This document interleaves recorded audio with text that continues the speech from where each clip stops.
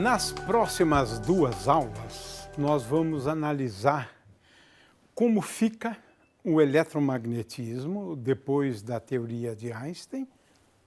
Essa é a aula 6. O eletromagnetismo na teoria da relatividade. É a aula de hoje.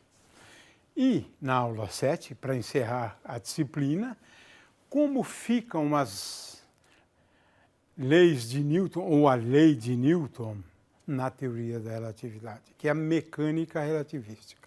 Então vamos começar com esse tema muito interessante, né, no eletromagnetismo, né? Vamos discutir primeiramente quais são os escalares, os vetores, os tensores no eletromagnetismo. Porque a preocupação é sempre escrever as leis de uma forma covariante, ou seja, que mantenha a forma, né? Em todos os referenciais você escreve as leis da mesma forma. Então, para isso, você precisa de vetores, escalares e tensores de Lorentz, né? Depois, a questão dos potenciais, como eles se transformam, como os campos eletromagnéticos se transformam.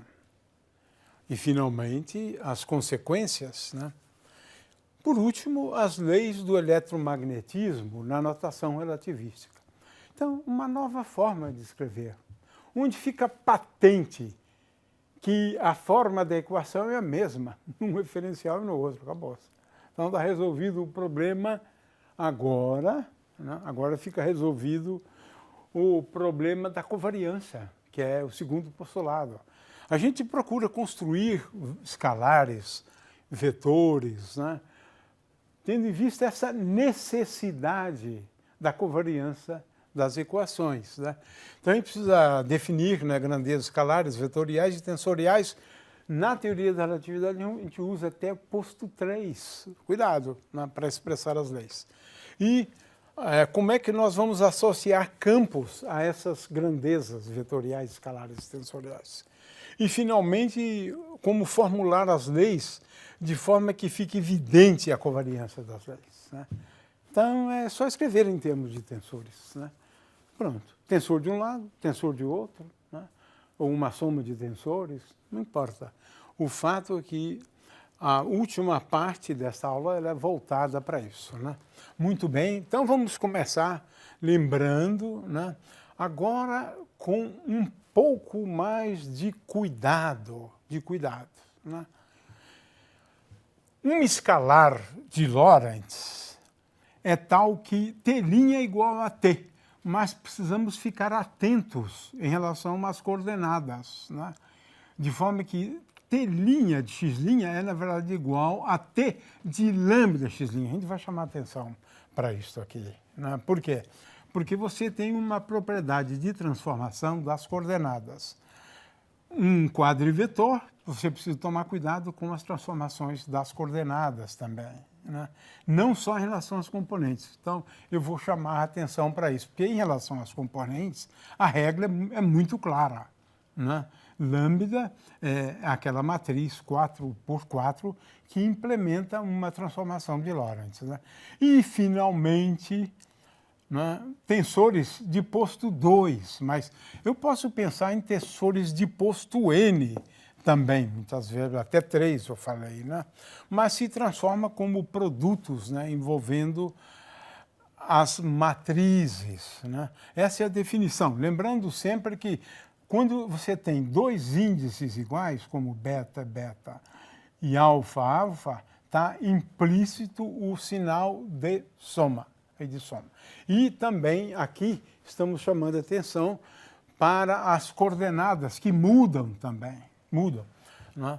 Num referencial você usa x, mas no outro referencial é lambda x', né? Lambda x' no outro referencial.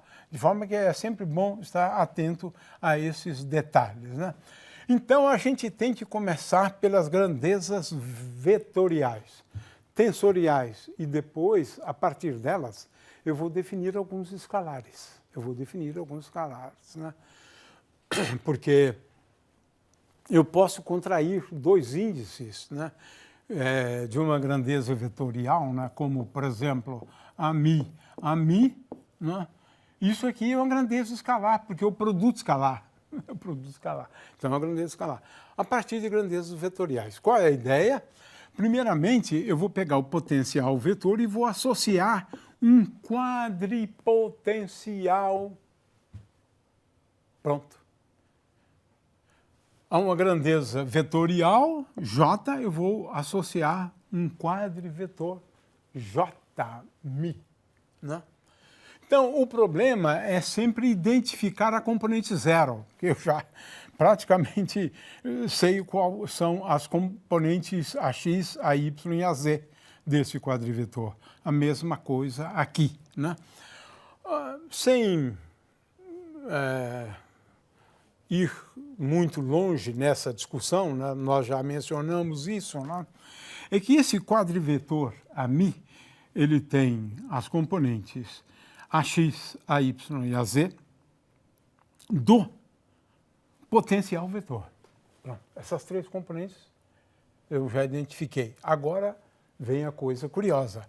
A componente zero desse quadrivetor é C vezes o potencial elétrico, né?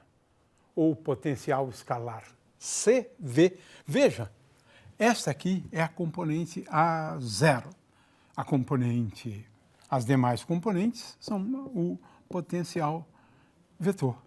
Olha só, o quadrivetor AMI fundamental, na teoria quântica, é este aqui. Este é o quadrivetor fundamental. É a variável dinâmica importantíssima, né? Na teoria quântica, é o AMI.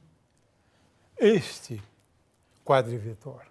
E a gente não fica aí falando de A0 igual a V. Não, quadrivetor A0, A1, A2, A3, ponto. Jmi, a componente zero do Jmi, que nós poderíamos chamar de J0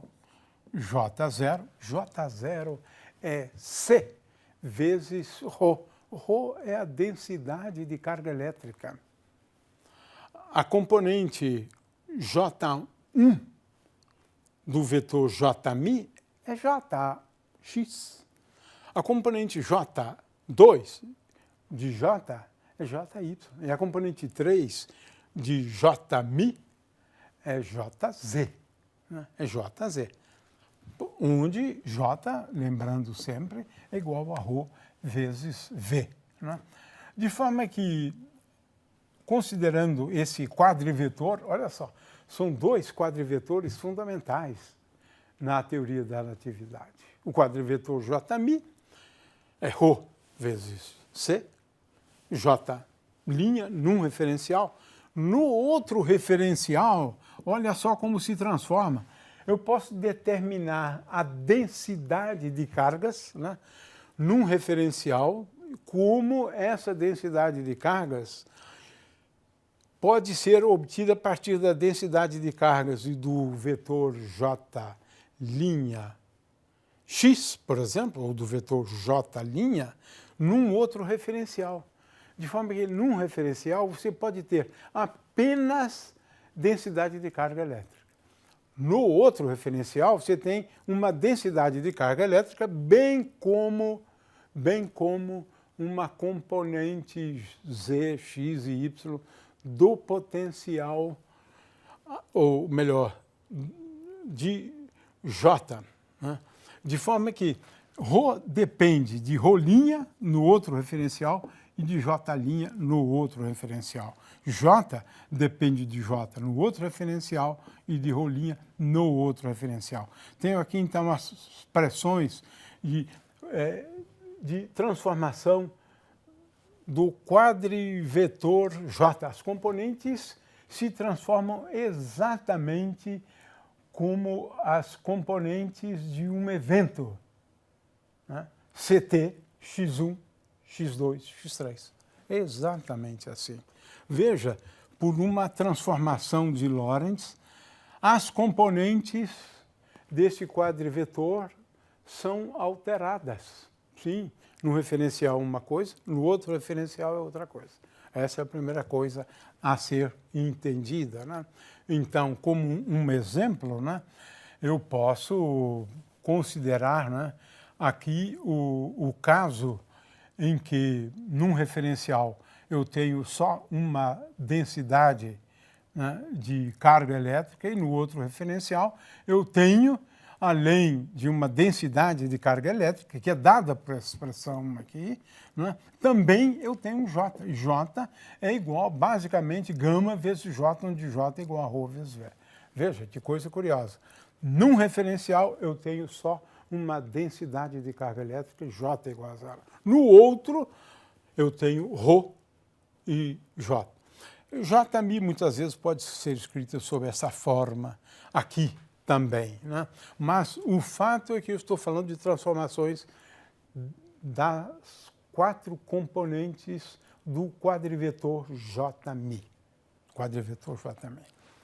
Vamos agora às transformações dos potenciais. Isso aqui é muito bonito. Isso aqui é fantástico. É fantástico.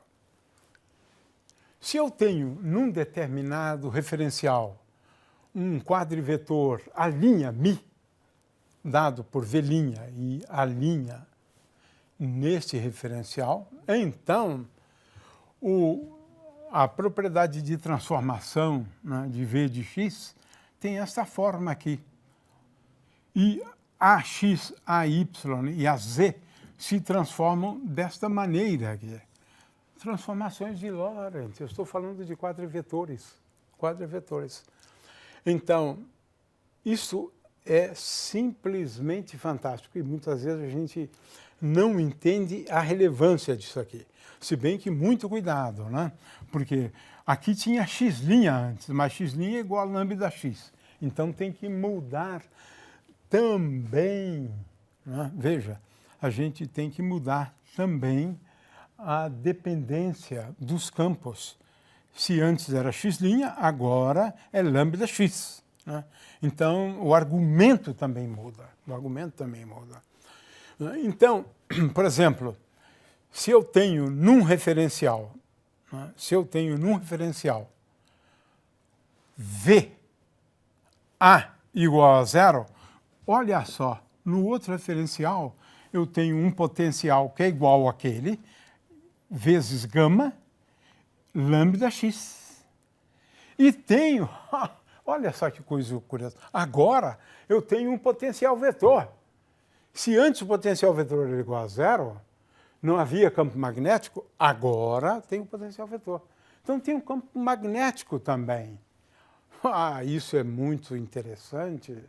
Agora estamos mudando a nossa visão a respeito do eletromagnetismo. Tudo porque eu quis identificar um quadrivetor fundamental na teoria da relatividade, que é o AMI. Mas o AMI, ele depende do referencial. Depende do referencial. Então eu posso ter um referencial onde A vetor é igual a zero, mas no outro, não. Não, olha só, surge um campo magnético. Vale o oposto. Eu tenho A num referencial, no outro referencial eu tenho V. Belíssimo isso aqui. O eletromagnetismo, à luz da teoria da relatividade, traz umas coisas lindas, lindas, lindas. Interessantíssimas, na verdade. Olha só, veja esse exemplo. Vamos considerar esse exemplo aqui, porque eu acho esse exemplo importante. No referencial de uma carga elétrica, né, que se move, digamos que eu tenho uma carga Q aqui, olha aqui uma carga Q. No referencial dessa carga Q, olha só, A é igual a zero e você tem um potencial, está aí. Q sobre 4πε0, 1 sobre R'. R' é essa distância aqui. Essa distância aqui. Olha só, eu estou aqui no referencial do elétron, ali. Eu estou ali no referencial do elétron. Aqui, esse referencial aqui, esse aqui é o referencial do elétron. Olha aqui. No referencial do elétron, eu só tenho o potencial escalar. Veja, R' é x' ao quadrado mais y' ao quadrado mais E' ao quadrado. Quero chamar atenção para isso aqui. Então, V se escreve assim. Mas olha só, olha só. A, agora tem A. A é V sobre C ao quadrado vezes V. V de x, y, z e t. Mas, cuidado, agora eu preciso transformar x' em x e escrever y' em termos de y e z' em termos de z. De forma que todo cuidado agora é pouco. Olha só. Olha só, neste caso, agora eu levo em conta isso aqui. Levo em conta isso, levo em conta isso. Portanto, V é igual a Q sobre 4πy0, gama, que veio das transformações, raiz quadrada de gama 2x menos VT ao quadrado mais y2 mais V2. Atente para o detalhe. Veja, o potencial A. Isso aqui é um bom exercício, na verdade. É um exercício fantástico para a gente entender como é que as coisas mudam no eletromagnetismo. O eletromagnetismo, agora, ele é um pouco mais sofisticado, mais complicado do que o eletromagnetismo lá das equações de Maxwell, né? Porque você veja, a gente não tinha esse gama aqui. Né? A gente não tinha esse gama. Mesmo no caso, isso que eu quero chamar a atenção de vocês, né? É que mesmo no caso onde a gente analisou a lei de Faraday, naquele caso lá, não sei se você se lembra, mas na verdade eu estava tomando estas expressões, né? E tomando gama igual a 1, a expressão não relativística. Mas, de verdade, olha só como a coisa é complicada. Não é tão simples, né? Agora, eu tenho que determinar o campo elétrico e o campo magnético no outro referencial. No referencial do elétron, eu sei. O campo elétrico é aquele usual de uma carga pontiforme. E agora, no outro referencial? No outro referencial, eu tenho que fazer contas, né? Calcular o gradiente de V, tomar o dA dt, aqui tenho as expressões, né, para dAx, dy, dAx, dz e assim por diante, para calcular o rotacional de B, né? E o fato é que aqui eu tenho finalmente os campos, né? O campo elétrico, veja o campo elétrico, né? Agora de um referencial que vê o elétron em movimento. De um referencial que vê o elétron em movimento, né? Aqui, no caso, o movimento é no sentido do eixo x mais velocidade negativa. Se for positiva, você tem que encarar e colocar aqui mais. Esse mais ou menos depende, então, do movimento entre os referenciais. Olha, num referencial tem um campo elétrico e eu tenho B' igual a 0. No outro referencial, eu tenho um campo B, olha só que coisa curiosa, e tenho também um campo elétrico, Ex, EY e EZ. Aqui tem uma complicaçãozinha por conta do gama. Isso aqui a gente não levou em conta quando a gente analisou a lei de Ampère lá atrás, né? Mas olha só as expressões, como são bem mais complexas, né? O campo elétrico de uma carga em movimento. Olhando a carga em movimento. Eu estou no referencial que vê a carga em movimento. É esse o meu referencial. No referencial da carga é simples. Lei de Coulomb. É isso, né? O campo elétrico, né? O fato é que B também é igual a 0. Naquele referencial, no outro referencial, olha só. Comecei com um campo elétrico e nenhum campo magnético. Mas eis que surge no outro referencial, né? No outro referencial, um campo magnético, né? Um campo magnético. Isso a gente depois acaba utilizando na lei de Faraday de alguma maneira, né? Mas isso não vem aqui, aliás, desculpe, na lei de Ampère aqui, né? Na lei de Ampère, né? A lei de Ampère. Muito bem.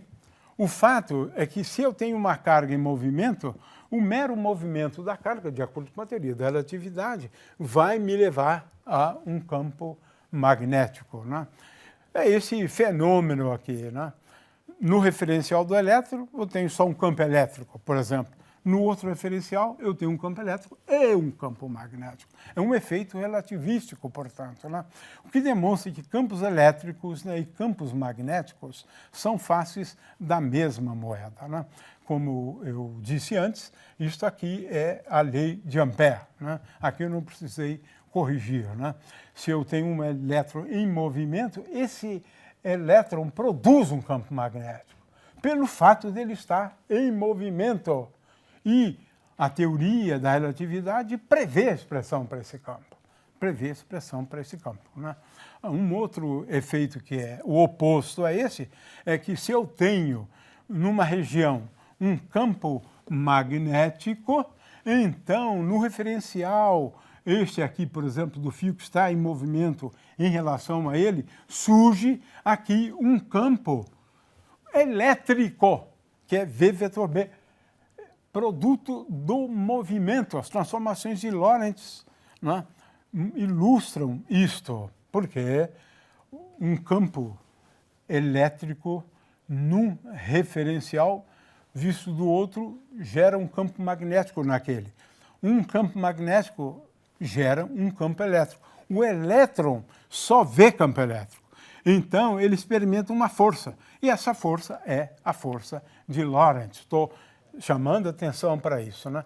Se eu tenho uma carga pontiforme, é curioso, porque, na verdade, agora, por exemplo, para x igual a vt, né, eu tenho essas expressões aqui para o campo elétrico. O que eu estou chamando atenção é para o fato de que uma carga elétrica em pontiforme, por conta do fator gama aqui, né, na realidade é 1 menos v sobre c ao quadrado, né? Mas por conta desse fator, acontece um outro fenômeno curioso. Veja as linhas de campo no referencial em repouso. E agora, veja as linhas de campo quando a velocidade, por exemplo, é igual a 0,9c. Né? Nesse caso, você vê, né, que há um adensamento das linhas de campo elétrico, né? Isso é um efeito curioso.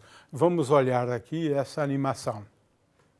Então, o que nós estamos vendo aqui é que, de fato, com o movimento, há um adensamento nas linhas de força. É isso. É um efeito relativístico, na realidade. Então, vamos agora para outras grandezas tensoriais, né? No caso do eletromagnetismo, eu posso construir tensores a partir de produtos de componentes de grandezas vetoriais, tanto um tensor simétrico quanto um tensor antissimétrico. Esse é o tensor importante no eletromagnetismo, F-μ, definido como dmi menos dmi. É um tensor antissimétrico. Como resultado, o traço dele é nulo. Todas as componentes na diagonal se anulam. Ele é um tensor antissimétrico. Lembrando que dmi é, por definição, esse operador, né? E dmi, índice embaixo, é o mesmo com o sinal menos aqui. O fato é que a gente pode fazer contas, né, e verificar que a componente 0,1 desse tensor é menos EX, a componente 0,2 é igual a menos EY e assim por diante. E o fato é que esse tensor ele tem 0, 0, 0, como eu disse antes. Aqui eu tenho o campo elétrico, componente, preciso tomar cuidado com os sinais, né, do campo elétrico, e o campo magnético está aqui nesta parte deste tensor aqui. É uma questão de fazer contas. E, portanto, ele se transforma como produto de duas matrizes aplicadas a essa matriz aqui.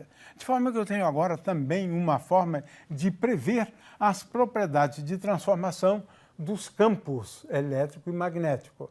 Veja que a primeira vez eu introduzi a μ e depois vi as transformações de a μ e a partir daí calculei os campos elétricos e magnéticos. Aqui é diferente, né?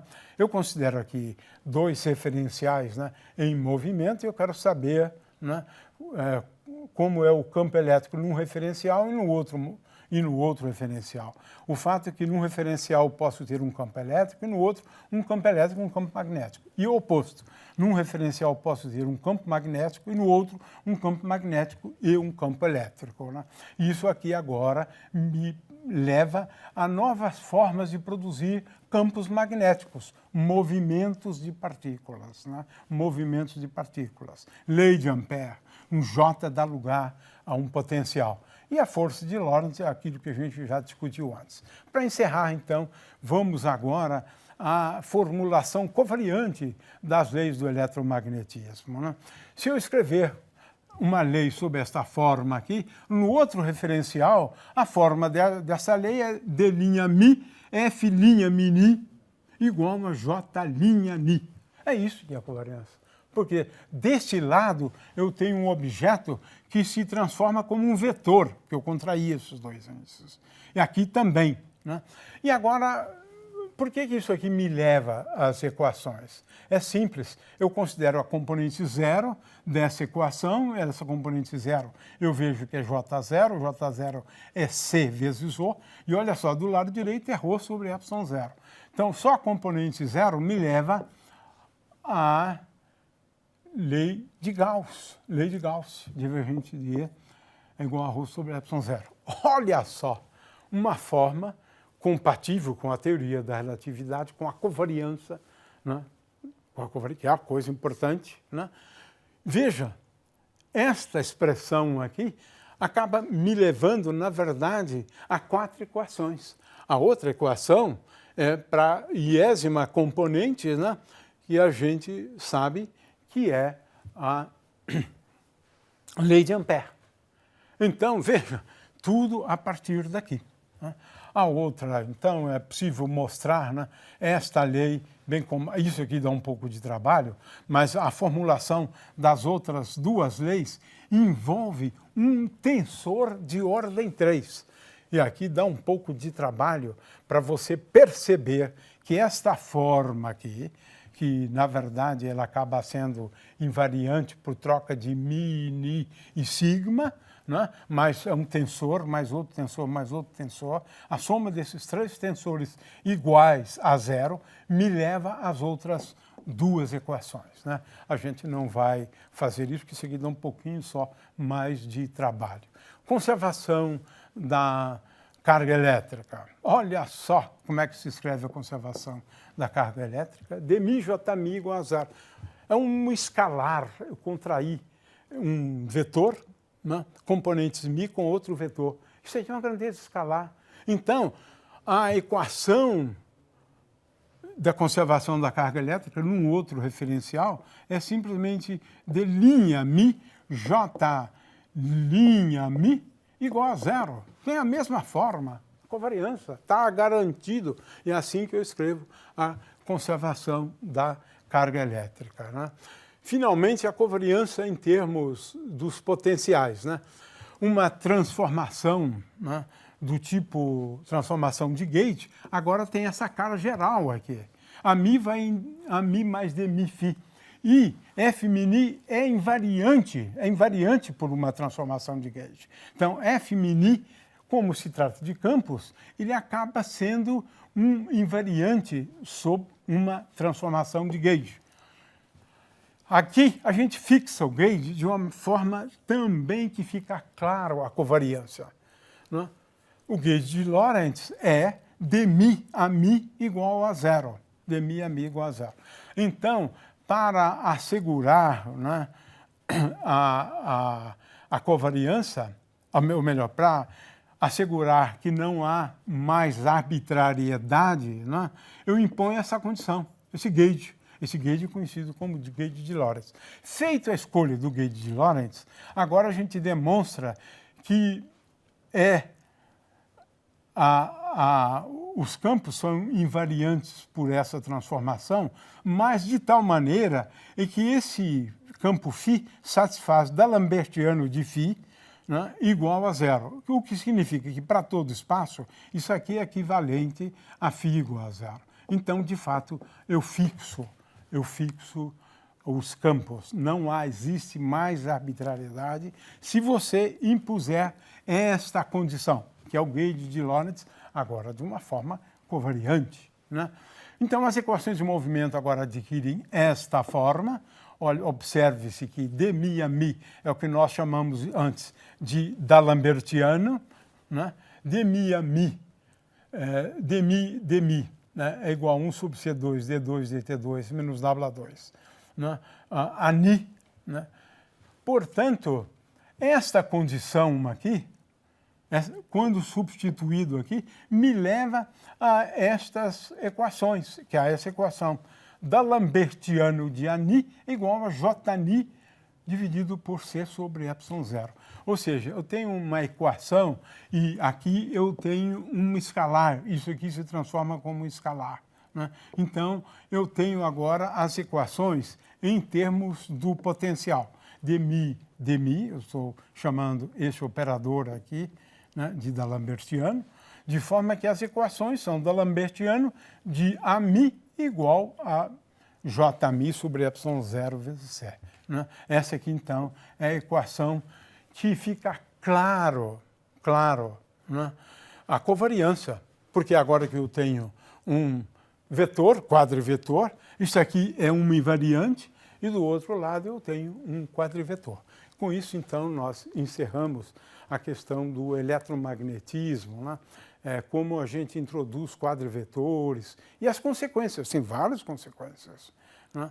Então, eu espero que isso tenha ficado claro durante esta aula.